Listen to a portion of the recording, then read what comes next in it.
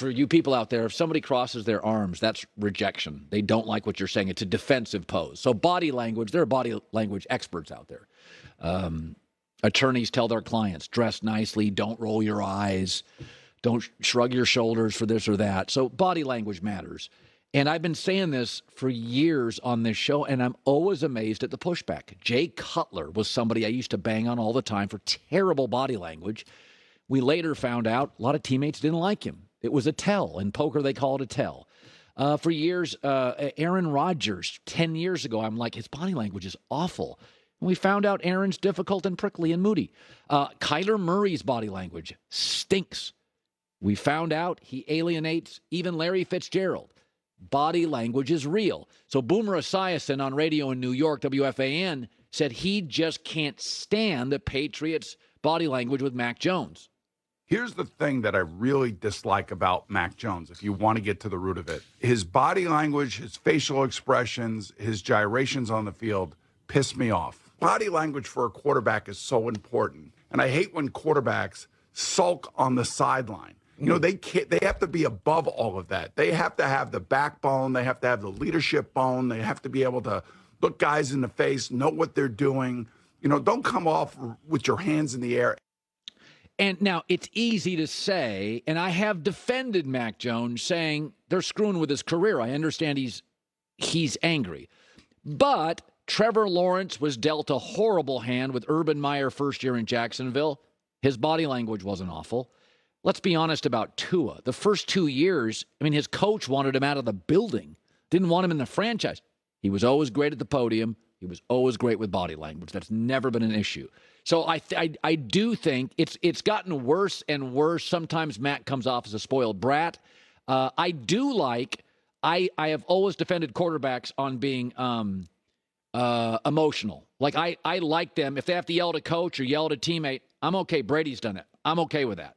But the body language for Mac, there's a lot of finger pointing. I don't think it's great. He defended himself on Boston morning radio. For me, it's just trying to channel my competitiveness in a good way and just continue to be Mac. Obviously, want to have a respect for everybody that plays in this league and coaches in this league. So I'm definitely things I can get better at. And just like with execution of football plays, it's the same idea, just trying to grow and earn the respect of people. Obviously, most importantly, in the building. I mean, we have to be honest about it. He was a child actor. He goes to Alabama. He's a great high school quarterback. He had a very good rookie year. This is the first time maybe in his life he's losing a lot. Things aren't going his way. They called him McEnroe Jones at Alabama, so he's got a temper.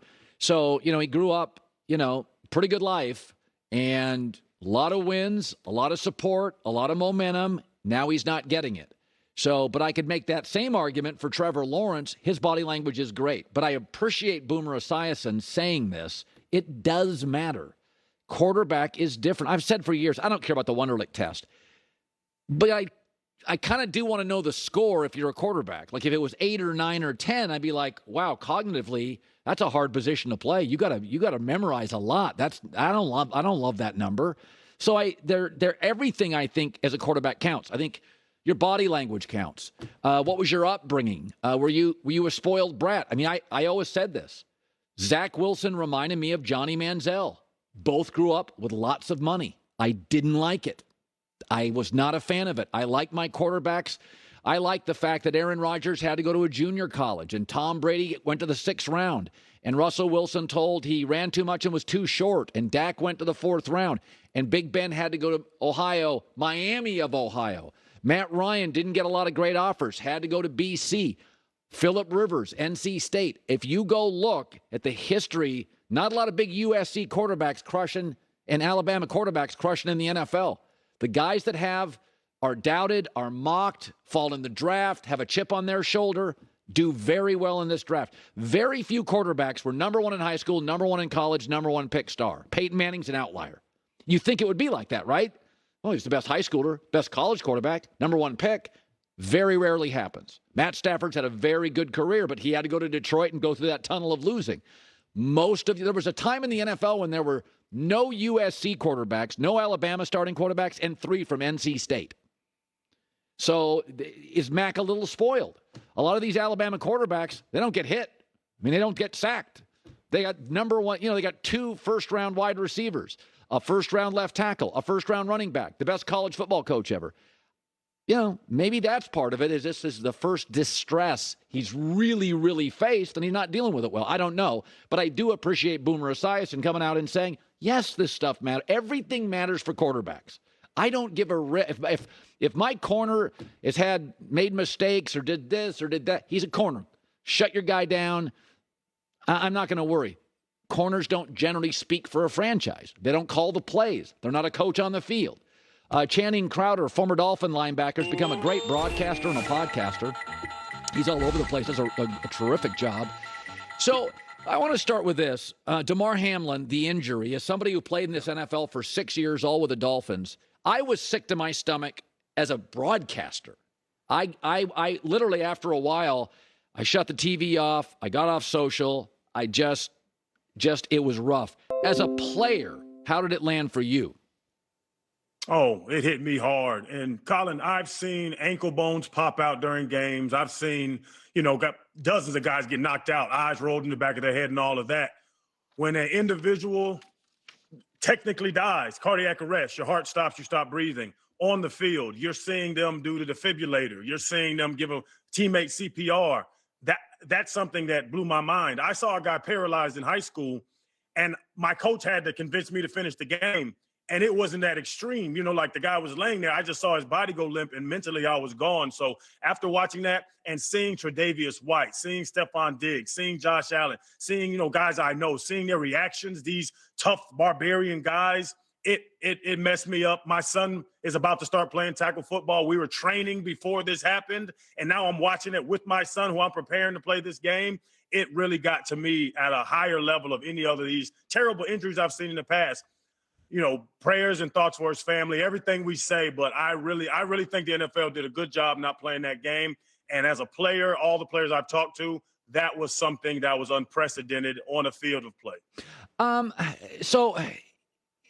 said this between Tua and Teddy.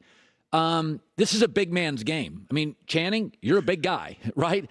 Even the quarterbacks, Ben's big, Cam was big, Peyton's big, Tom's big, Herbert's big, Allen's big. It's a big man's game. Tua's not. And now we have injuries. And now we have the Hamlin situation.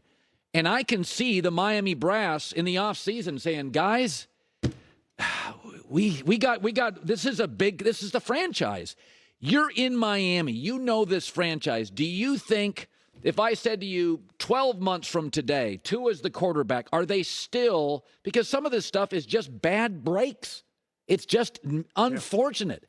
Where do you think the Dolphins are privately on Tua right now?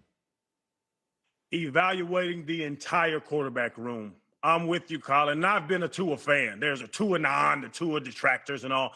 I'm a Tua guy. I like Tua. Now, he's a talented dude. But as you see him getting concussions off not devastating hits, he's not having, Julius Peppers and Von Miller dive in the back of his head. He's getting wrapped up around the legs and he's falling down and getting those concussions.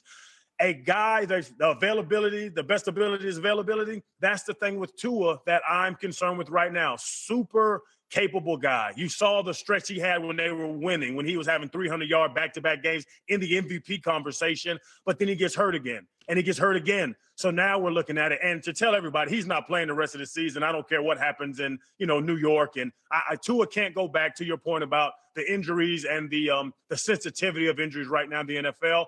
But the entire quarterback room, Colin, Teddy Bridgewater went in for Tua and got hurt himself. 2 games he replaced Tua. So he goes in there and gets a concussion second play of the game, and then he breaks his finger. So the entire quarterback room has to be addressed. And Miami coming in this year was Superman with osteoporosis. They had it all. Yeah. If you look at the roster, they're loaded. They have Ogba. They have Jalen Phillips. They went and got Bradley Chubb. They went and revamped the running back room. Tyreek Hill's there, the best receiver in the league, top 3 for sure. We can argue. Waddle's still there. They're loaded. The defensive secondary's loaded. One of the best top 10 defenses last season. And now Brandon Jones gets hurt. Byron Jones gets hurt. Xavier Howard's out now. Teron Armstead, he doesn't even practice throughout the week. They were a loaded roster. They looked great on paper. but so many injuries just killed this team. And the biggest one is Tua Tagovailoa not being able to stay healthy, stay on the field. So the entire roster, but really this quarterback room from 1 all the way down to 3 has to be evaluated in the offseason. You know, I said this is that if you connect the dots, this offense comes from